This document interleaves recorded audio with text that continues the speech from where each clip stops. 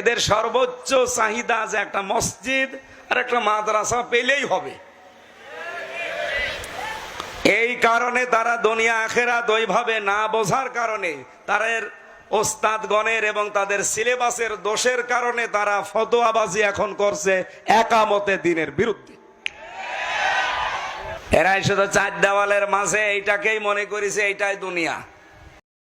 আমাদের দেশীয় অনেক বহু ওলামায়ে কেরাম আলেম যদিও ভবিষ্যৎবাণী দিচ্ছে 2-4-5 বছরের মধ্যে দাজ্জাল চলে আসবে, 2-4 বছরের মধ্যে আসবে নাকি 100 বছর পরে আসবে এটা আমার মাওলাই করিম ভালো জানে।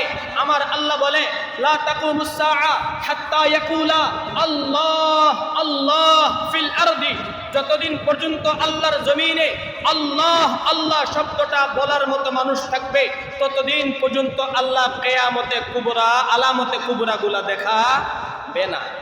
তাহলে আল্লাহ বলনেওয়ালা মানুষ নাই? জোরে বলেন নাই? আল্লাহ বলনেওয়ালা মানুষ অসংখ্য অগণিত, আপনার চোখে পড়তেছে না?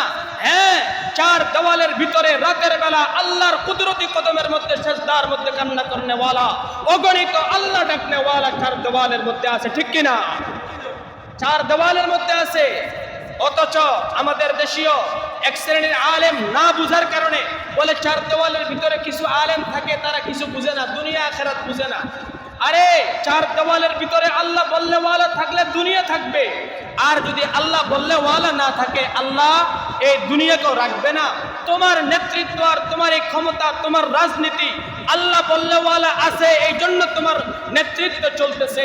আল্লাহ বলনেওয়ালা যদি না থাকে তাহলে তোমার এই নেতৃত্ব দেওয়ার মতো সুযোগও থাকবে না। এই জন্য শুকরিয়া আদায় করেন 4 দেওয়ালের মধ্যে আল্লাহ বলনেওয়ালা কিছু খালেস মানুষ আছে। আল্লাহ আমাদেরকে আল্লাহ বলনেওয়ালাদের তালিকার মধ্যে নামটা লেখক, সকলে বলে আল্লাহুম্মা আমিন।